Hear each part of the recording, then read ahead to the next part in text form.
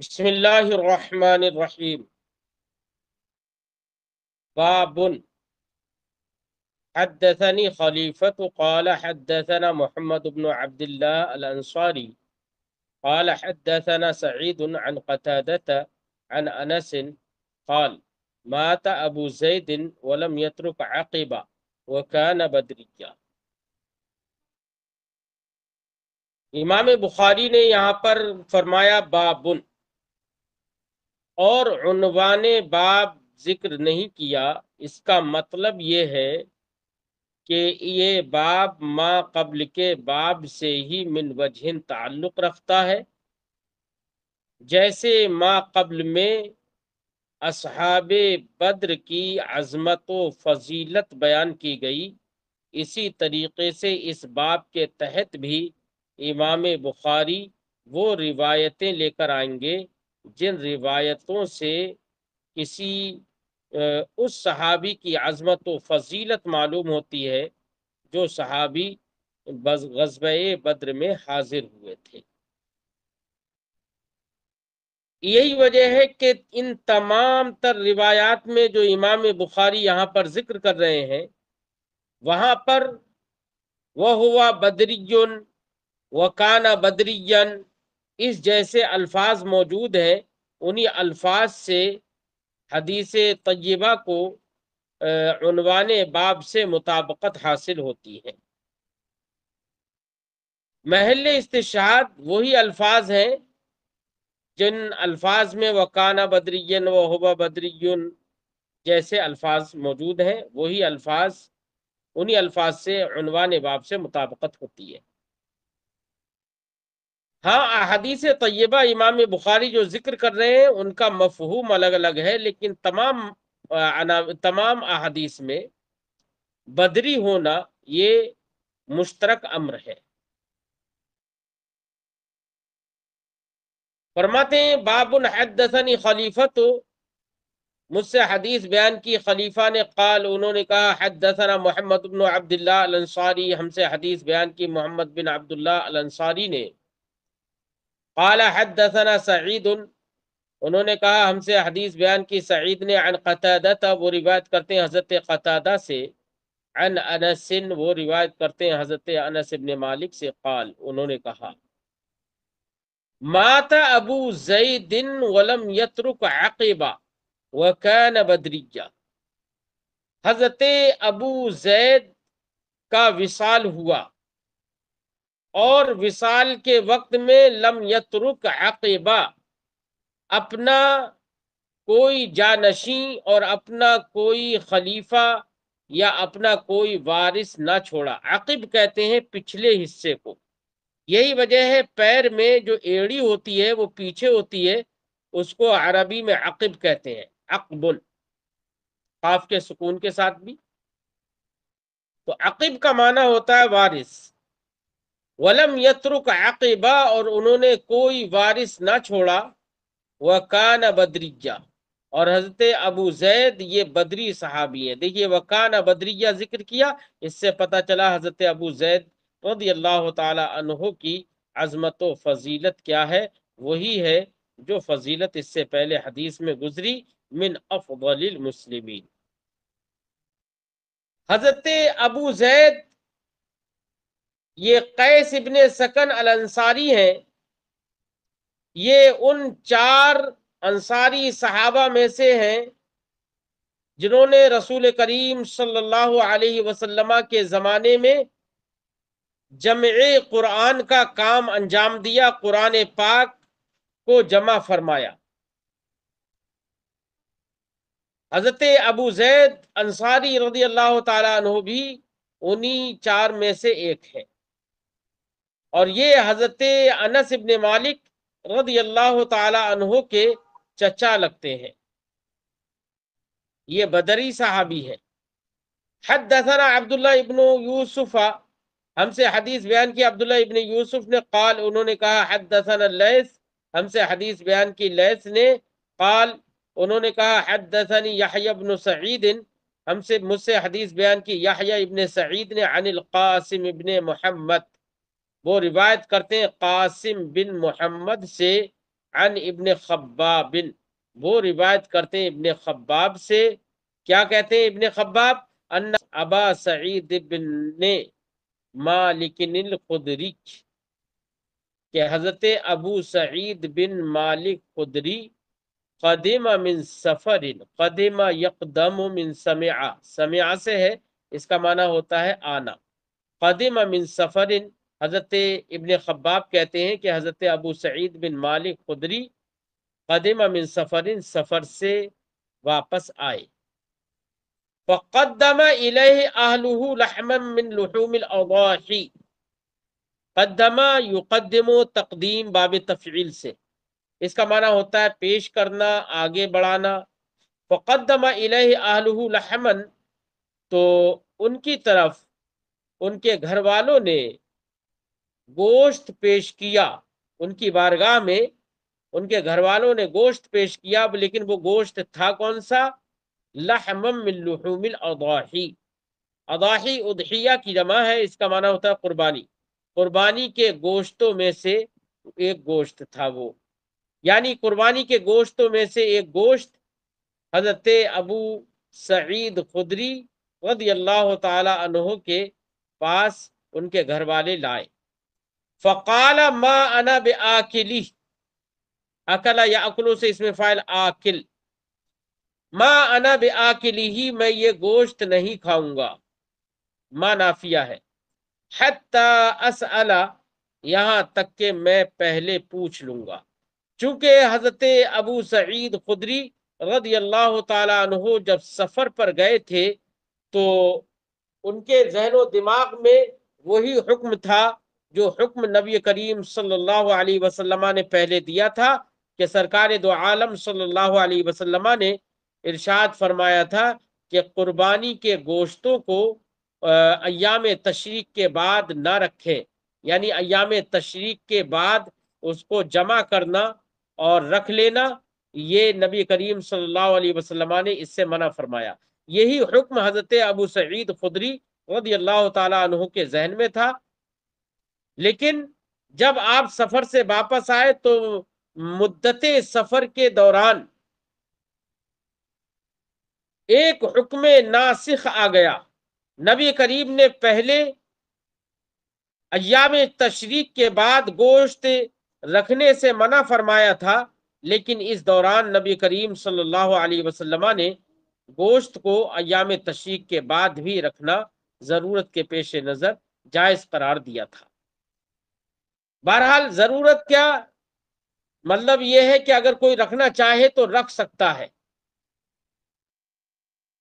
یہ جائز ہے.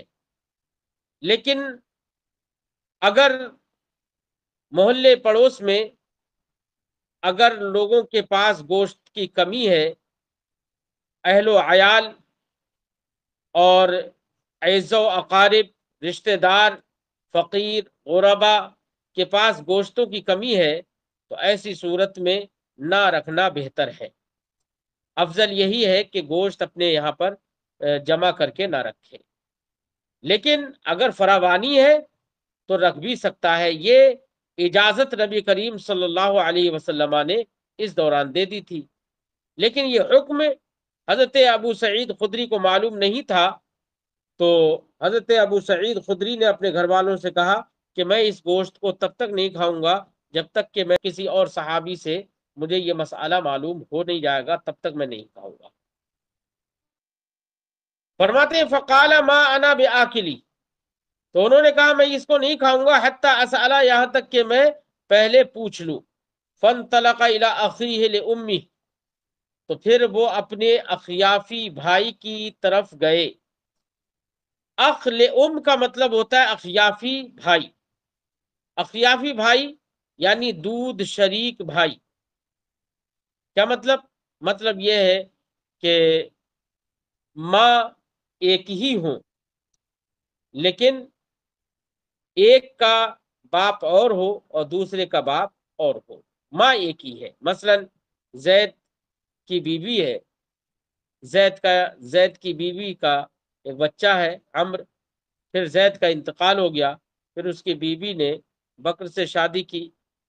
اب بکر سے جو اولاد ہوئی وہ چونکہ ماں میں تو دونوں شریک ہیں لیکن باپ الگ الگ ہے، تو ماں شریک جو بھائی ہوتے ہیں وہ اخیافی بھائی کہلاتے ہیں، اور باپ شریک جو بھائی ہوتے ہیں وہ علاتی بھائی کہلاتے ہیں۔ تو یہاں پر عربی زبان میں جہاں پر بھی آئے اخ لام تو اس کا مطلب وہی اخیافی بھائی ہوتا ہے۔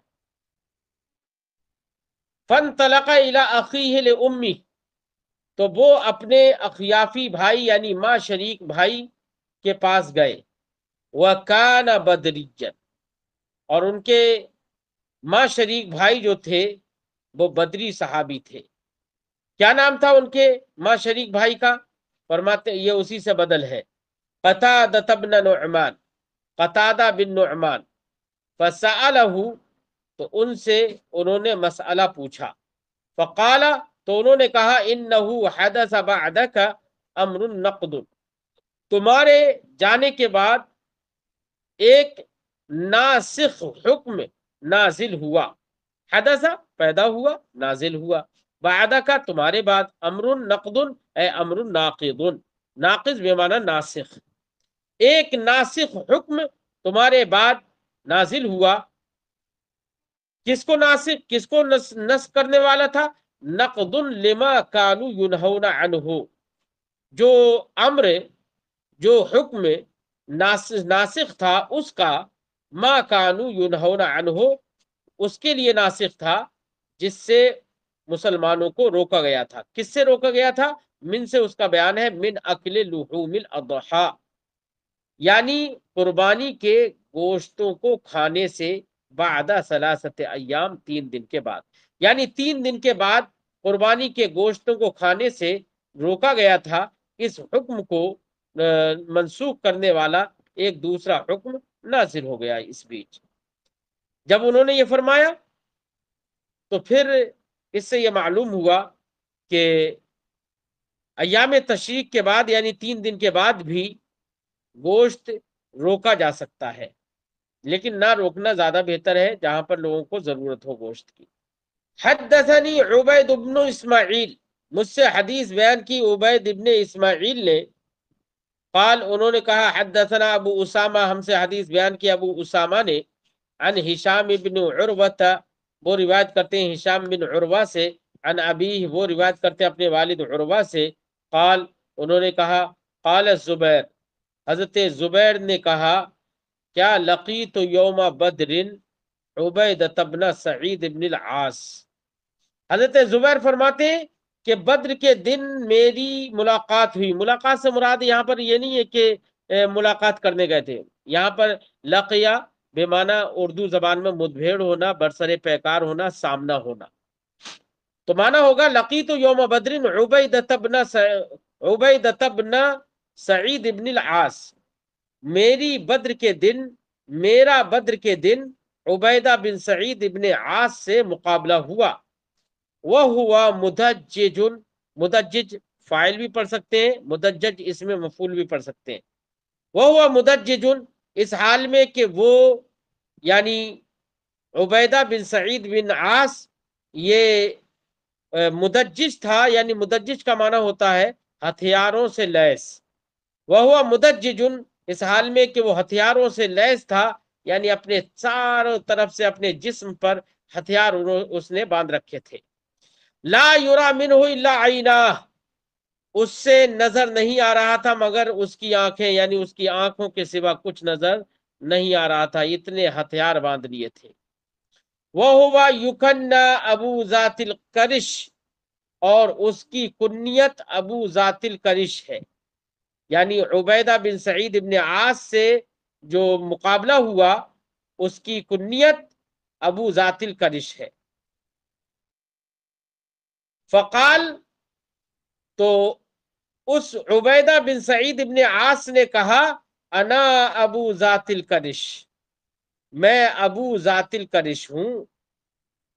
تو حضرت زبیر کہتے ہیں فحملت علیہ بالعنزہ، تو میں نے، حملہ کا معنی ہوتا ہے حملہ کر دینا، تو میں نے اس پر حملہ کر دیا، بالعنزتی، ایک قسم کے نوکدار ڈنڈے سے، پینی سے، پینیاں ہمارے یہاں بولتے ہیں کہ بھینس، وہ بیل ہیں یا بھینسیں ہیں، ان کو ہانکنے کے لیے لوگ ایک ڈنڈا لیتے ہیں اور اس کے آگے ایک نوک لگا لیتے ہیں لوہے کی، ہے نا، تو اس کو عربی زبان میں عنزہ کہتے ہیں۔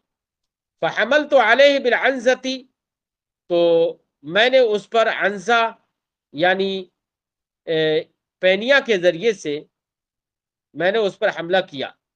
فطعنته فی عینیہ، تو میں نے اس عنزہ سے اس کو، یعنی میں نے وہ ترجمہ آپ نیزہ ہی کر لیجئے، میں نے نیزہ سے اس کو اوپر حملہ کیا، فطعنته فی عینیہ، تو میں نے نیزہ اس کی آنکھوں میں مار دیا۔ فمات، تو وہ مر گیا۔ قال ہشام، حضرت ہشام نے کہا، فاخبرت، تو مجھے خبر دی گئی، اخبرہ مجہول، اخبرت مجھے خبر دی گئی، ان الزبیر،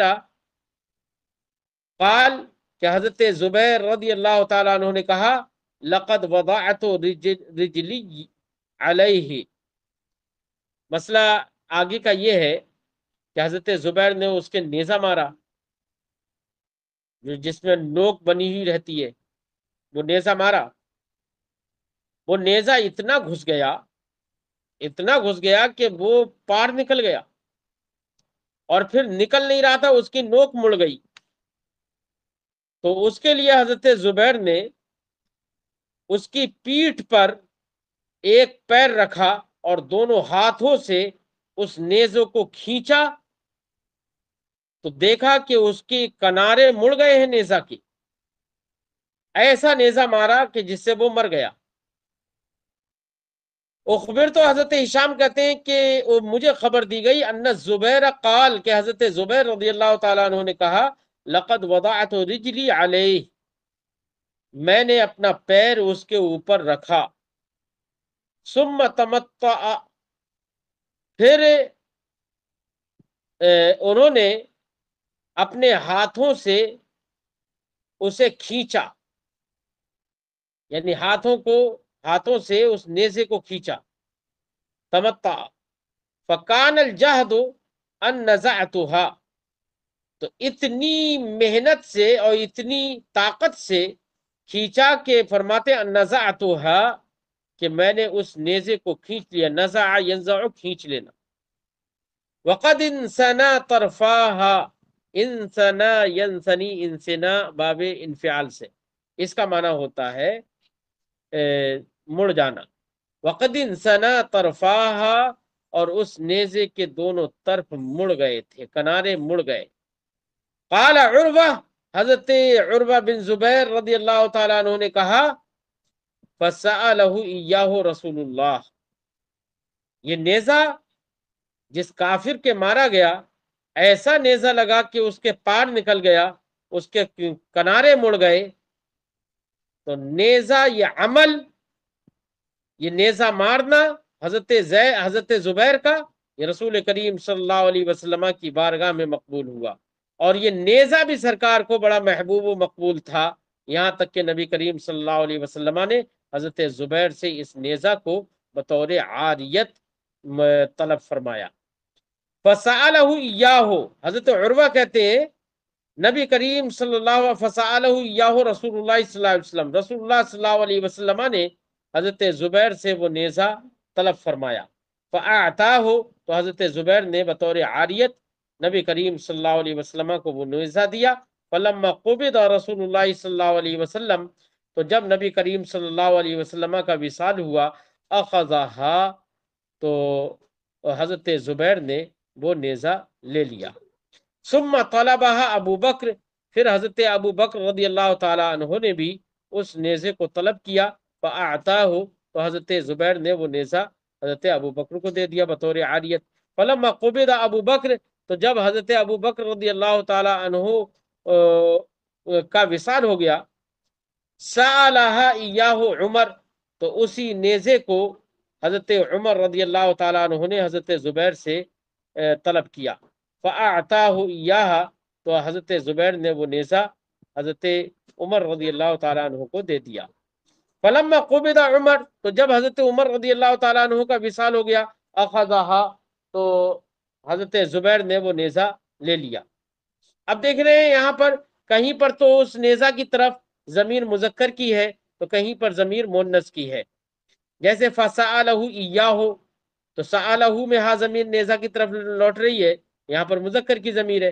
اور اس کے بعد دیکھیے کہ فأعطاہ ایاہ، تو وہ نیزہ ان کو دے دیا، تو یہاں پر مؤنث کی ضمیر لوٹ رہی ہے۔ تو محدثین نے فرمایا کہ یہاں پر ضمیر جہاں پر مؤنث کی لوٹی ہے وہ عنزہ کی طرف لوٹائی ہے، اور جہاں پر ضمیر مذکر کی ہے وہ رمح کی تعویل میں، الرمح کا معنی بھی نیزہ ہوتا ہے، تو رمح کی تعویل میں لے کر اس کی طرف مذکر کی ضمیر لوٹا دی ہے۔ فلما قبض عمر، تو جب حضرت عمر رضی اللہ تعالیٰ عنہ کا وصال ہو گیا، اخذہا، تو حضرت زبیر نے اس نیزے کو لے لیا، ثم طلبہا عثمان منہ، پھر حضرت عثمان غنی رضی اللہ تعالیٰ عنہ نے وہ نیزہ حضرت زبیر سے طلب کیا، فاعطاہ ایاہا، تو حضرت زبیر نے وہ نیزہ حضرت عثمان غنی رضی اللہ تعالیٰ عنہ کو دے دیا۔ فلما قتل عثمان، تو جب حضرت عثمان رضی اللہ تعالیٰ عنہ کو شہید کر دیا گیا، وقعت عند آل علی، تو وہ نیزہ حضرت علی کی آل کے پاس واقع ہوا۔ بعض روایت میں ہے کہ وہ نیزہ حضرت علی کے پاس رہا، یعنی حضرت علی نے لے لیا، پھر اس کے بعد حضرت علی کے وصال کے بعد ان کی آل میں رہا، گھر والوں میں رہا۔ فطلبها عبداللہ ابن زبیر، پھر حضرت عبداللہ ابن زبیر نے وہ نیزہ طلب کر لیا، فکانت عندہ حتی قتل، تو وہی نیزہ حضرت زبیر کے پاس رہا حتی قتل، یہاں تک کہ حضرت زبیر رضی اللہ تعالیٰ عنہ کو شہید کر دیا گیا۔ عبد الملک کے زمانے میں حضرت زبیر رضی اللہ تعالیٰ عنہ کو 73 ہجری میں شہید کیا گیا، اور حجاج ابن یوسف نے آپ کو مکہ مکرمہ میں قتل کیا تھا، شہید کیا تھا۔ حدثنا ابو الیمان، ہم سے حدیث بیان کی ابو الیمان نے، قال، انہوں نے کہا، اخبرنا شعیب، ہمیں خبر دی شعیب نے، عن زہری، وہ روایت کرتے ہیں زہری سے، قال، انہوں نے کہا، اخبرنی ابو ادریس، مجھ سے حدیث بیان کی ابو ادریس نے، مجھے خبر دی ابو ادریس نے۔ کون ابو ادریس؟ عائذ اللہ ابن عبداللہ، کہ ابو ادریس یہ کنیت ہے اور نام ہے ان کا عائذ اللہ بن عبداللہ۔ انہوں نے مجھے خبر دی کیا، ان عبادۃ بن الصامت، کہ حضرت عبادہ بن صامت رضی اللہ تعالی عنہ وکان شہید بدر، اور یہ وہ صحابی ہیں عبادہ بن صامت کہ یہ بھی بدر میں حاضر ہوئے تھے۔ کیا خبر دی؟ ان رسول اللہ صلی اللہ علیہ وسلم قال، کہ رسول اللہ صلی اللہ علیہ وسلم نے ارشاد فرمایا، بائعونی، سرکار نے فرمایا میرے دست حق پرست پر بیعت کرو، بائعونی، مجھ سے بیعت لو، میرے ہاتھ پر بیعت قبول کرو۔ بہرحال محل استشہاد وکان شہیدہ بدرن ہے، ہر حدیث میں اسی طرح کے الفاظ آتے ہیں، آ رہے ہیں۔ حدثنا یحیی ابن بکیر، ہم سے حدیث بیان کی یحییٰ ابن بکیر نے، قال، انہوں نے کہا، حدثنا اللیث، ہم سے حدیث بیان کی لیث نے، اور انہوں نے کہا کہ حدثنا اللیث، ہم سے حدیث بیان کی لیث نے، عن عقیل، وہ روایت کرتے ہیں عقیل سے، وہ روایت کرتے ہیں عن ابن شہاب، حضرت ابن شہاب سے، اخبرنی عروۃ بن الزبیر، وہ کہتے ہیں کہ مجھے خبر دی عروہ بن زبیر نے، اور حضرت عروہ بن زبیر رضی اللہ تعالیٰ عنہ روایت کرتے ہیں عائشہ، حضرت عائشہ صدیقہ رضی اللہ تعالیٰ عنہ سے۔ کون عائشہ؟ زوج نبی صلی اللہ علیہ وسلم، نبی کریم صلی اللہ علیہ وسلم کی جو بیوی ہے۔ اب یہاں پر حضرت عائشہ یا امہات المومنین کے آگے زوج نبی صلی اللہ علیہ وسلم کا ذکر آتا ہے، یہ تشریفاً ہے، کیونکہ نبی کریم صلی اللہ علیہ وسلم کے نکاح میں ہونا بھی ایک بڑی باعظمت بات ہے۔ ان ابا حذیفہ، حضرت عروہ بن زبیر نے یہ خبر دی حضرت عائشہ سے روایت کر کے، کیا، ان ابا حذیفہ، کہ حضرت ابو حذیفہ، وکان ممن شہد بدرا، اور حضرت ابو حذیفہ ان میں سے ہیں جو بدر میں حاضر ہوئے تھے۔ ان ابا حذیفہ مع رسول اللہ صلی اللہ علیہ وسلم، حضرت ابو حذیفہ یہ ان میں سے ہیں جو نبی کریم صلی اللہ علیہ وسلم کے ساتھ بدر میں حاضر ہوئے تھے۔ اب انا ابا حذیفہ کی خبر آگے آ رہی ہے تبنا سالما، بیچ میں تو جملہ تھا وکان ممن شہد بدرن مع رسول اللہ صلی اللہ علیہ وسلم، وہ جملہ معترضہ تھا بیچ میں. اب انا ابا حذیفہ کی خبر ہے آگے تبنا سالما، کہ حضرت ابو حذیفہ نے حضرت سالم کو منہ بولا بیٹا بنا لیا. تبنا، یہ تبنا کا معنی ہوتا ہے منہ بولا بیٹا بنا لینا، کسی کو اپنا بیٹا بنا لینا. لیکن بیٹا بنا لیا، بیٹا بنانے کے بعد محبتیں بھی ہو جاتی ہیں، سب کچھ ہو جاتا ہے، لیکن اس کی نسبت اس کے اصل باپ ہی کی جانب کی جاتی ہے. ایسا نہیں ہے جس نے اپنا بیٹا بنا لیا ہے تو وہی نسب کے اعتبار سے اس کا باپ ہو جائے، ایسا نہیں ہے. حضرت ابو حذیفہ نے حضرت سالم کو بیٹا بنایا.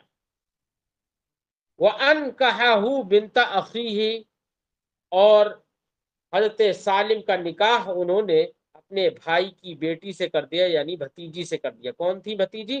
ہندا بنت الولید بن عتبہ، ہندا بنت ولید بن عتبہ، ان سے نکاح کر دیا. حضرت سالم کے بارے میں فرمایا وہ ہوا مولا لامرأۃ من الانصار، حضرت سالم انصار کی ایک خاتون کے آزاد کردہ غلام تھے.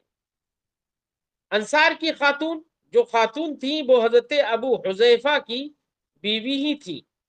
یعنی حضرت ابو حذیفہ کی بیوی نے حضرت سالم کو آزاد کیا، اور آزاد کر جیسے جب انہوں نے آزاد کر دیا تو حضرت ابو حذیفہ رضی اللہ تعالی عنہ نے حضرت سالم کو اپنا منہ بولا بیٹا بنا لیا.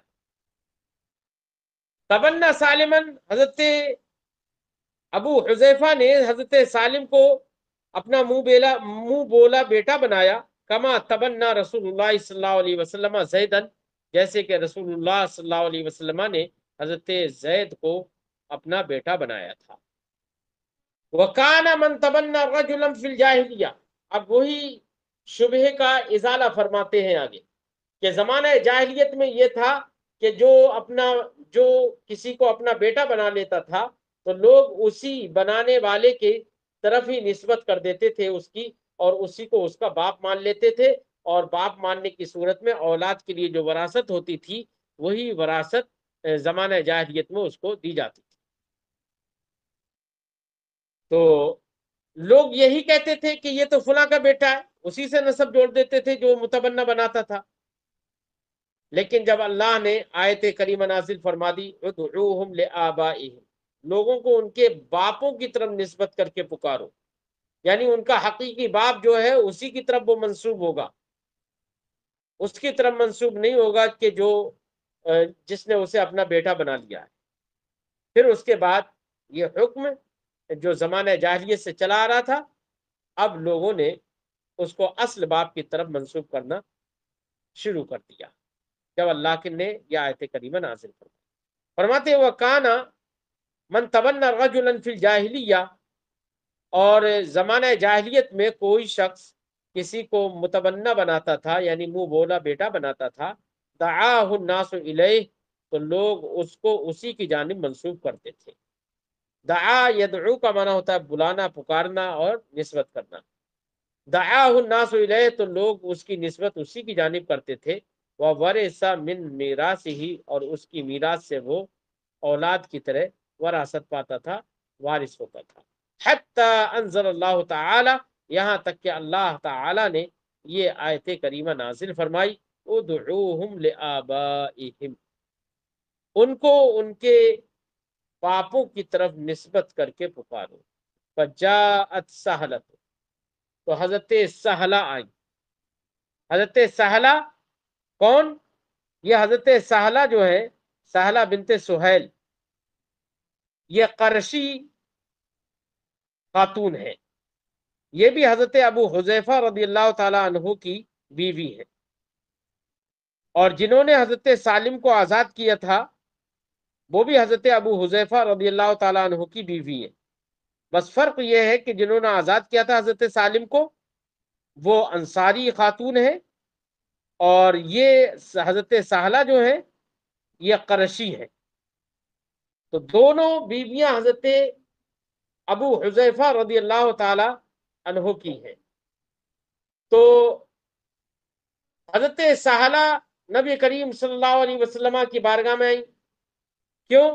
اس لیے کہ حضرت سالم اب جوان ہونے جا رہے تھے، آدمیوں کے قد کے برابر ان کا قد ہونے جا رہا تھا، بالغ ہونے جا رہے تھے.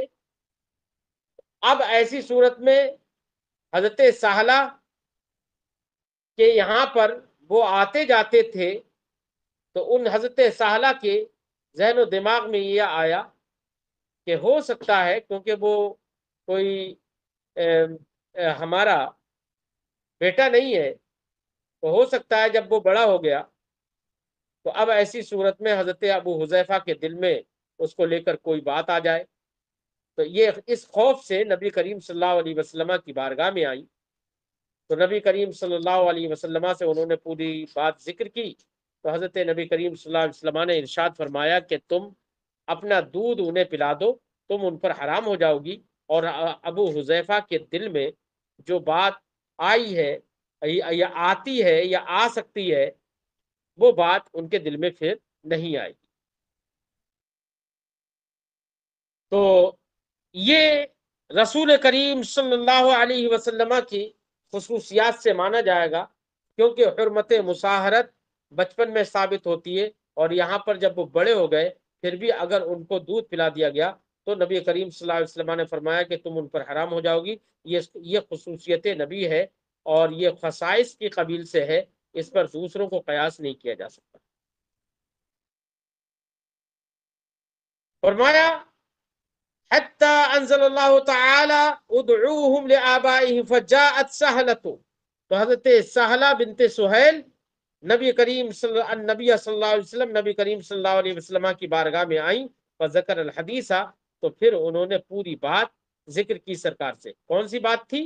جس کا ذکر ہم نے ابھی اپنے لفظوں میں کر دیا.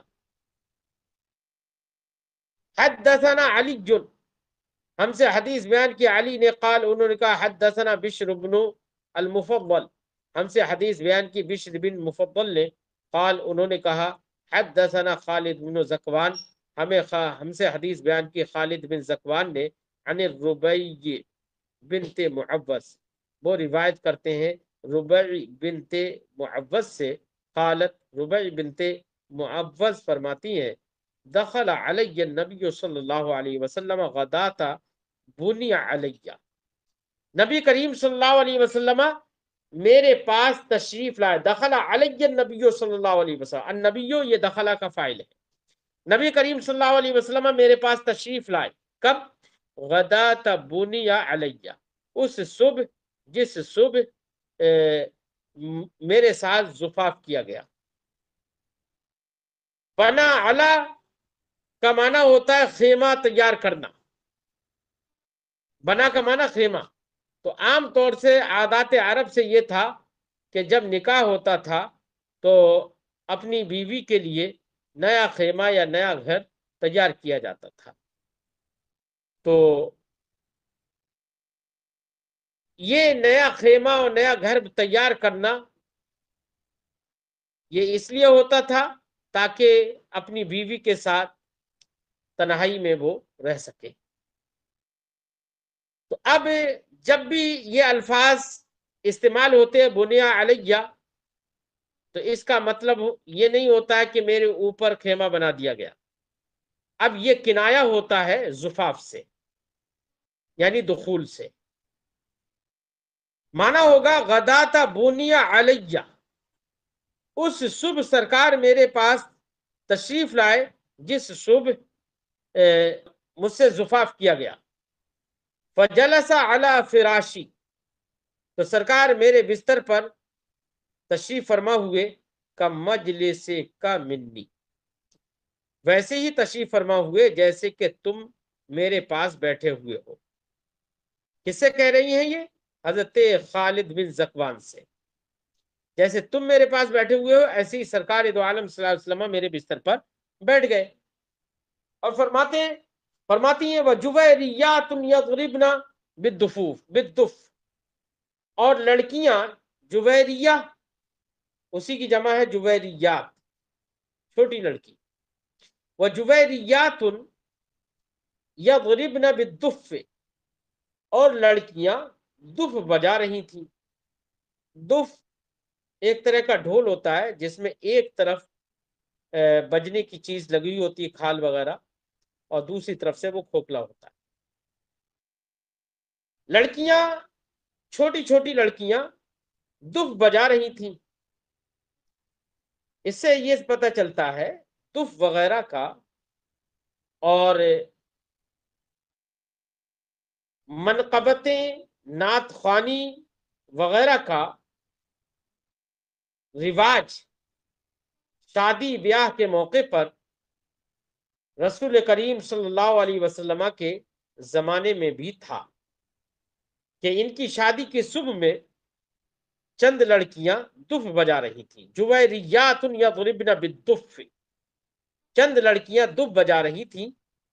یندبن من قتل من آبائہن، ندب یندب ندبتن، اس کا معنی ہوتا ہے مرحوم کی یا مقتول و شہید کی خوبیاں بیان کرنا، میت کی خوبیاں بیان کرنا. یندبن من قتل من آبائہن، وہ خوبیاں بیان کر رہی تھیں ان کی، من قتل من آبائہن، ان کے آباء و اجداد سے جو شہید کر دیے گئے تھے یوم بدر، بدر کے دن. اب اس جملے سے یہ معلوم ہوتا ہے کہ لڑکیاں دف تو بجا رہی تھیں خوشی کے موقع پر، لیکن وہ آج کے زمانے میں جو گانے گائے جاتے ہیں اس طرح کے گانے نہیں گا رہی تھی، بلکہ وہ شہدائے بدر کی منقبتیں پڑھ رہی تھی، ان کی خوبیاں بیان کر رہی تھی. بزرگان دین کی خوبیاں بیان کرنا یہی تو منقبت ہے، تو وہ منقبتیں بیان کر رہی تھی. اس سے پتہ چلتا ہے کہ شادی بیاہ کے موقع پر نعت گوئی، نعت خوانی، منقبت گوئی، یہ سب جائز ہے. یندبن من قتل من آبائہن یوم بدر، وہ لڑکیاں اپنے آباء و اجداد جو بدر کے دن شہید ہوئے ان کی خوبیاں بیان کر رہی تھیں، یعنی منقبتیں کہہ رہی تھیں. حتی قالت جاریت، سرکار دو عالم صلی اللہ علیہ وسلم آ کر جب تشریف فرما ہوئے تو ایک لڑکی نے یہ کہا، کیا کہا؟ وفینا نبی یعلم ما فی غدی، یہ شعر پر یہ مصرع پڑھ دیا انہوں نے، کسی خاتون نے، چھوٹی لڑکی نے، ایک لڑکی نے یہ پڑھ دیا کیا؟ وفینا نبی یعلم ما فی غدی، ہمارے درمیان ایسے نبی ہیں یعلم، جو جانتے ہیں، وہ جانتے ہیں ما فی غدی، جو کل آنے والے، کل میں ہونے والا ہے. یعنی ان لڑکیوں کا بھی عقیدہ یہی تھا کہ رسول کریم صلی اللہ علیہ وسلم وہ امور جانتے ہیں، وہ باتیں جانتے ہیں جو کل ہونے والی ہیں. یعنی غیب کا عقیدہ ان کا بھی یہی تھا.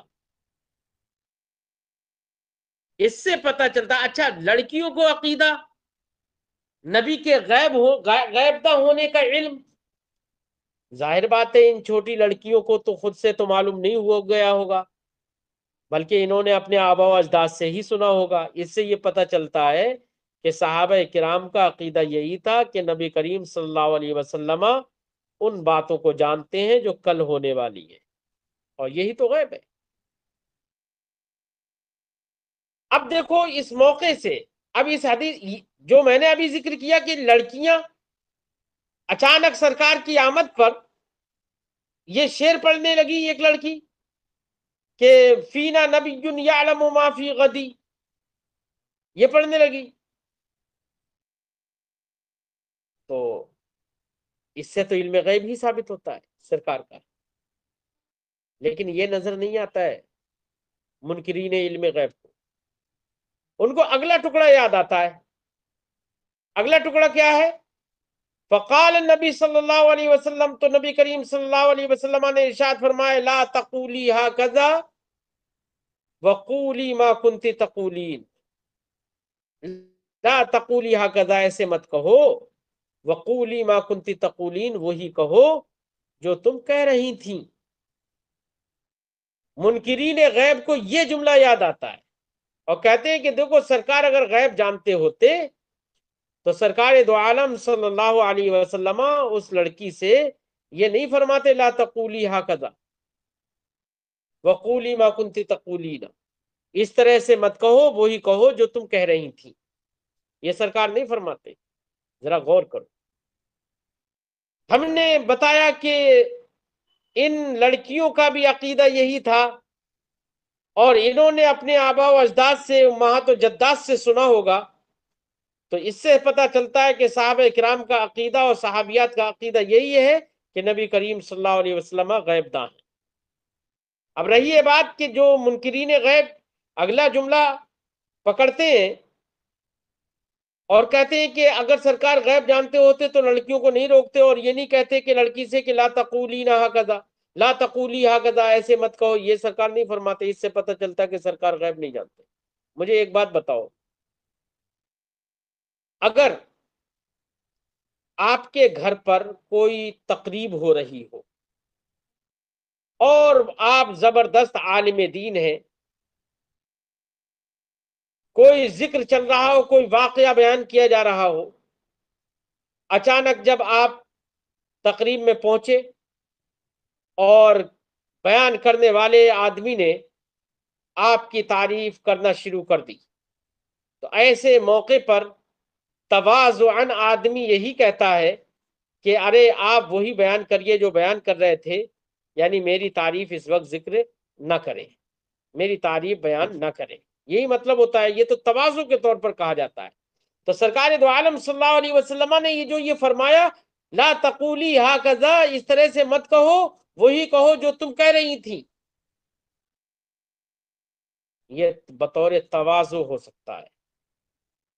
اور ایک وجہ یہاں پر یہ بھی ہو سکتی ہے کہ وہ چھوٹی چھوٹی لڑکیاں وہ اپنی خوشیاں منا رہی تھیں دف بجا بجا کر۔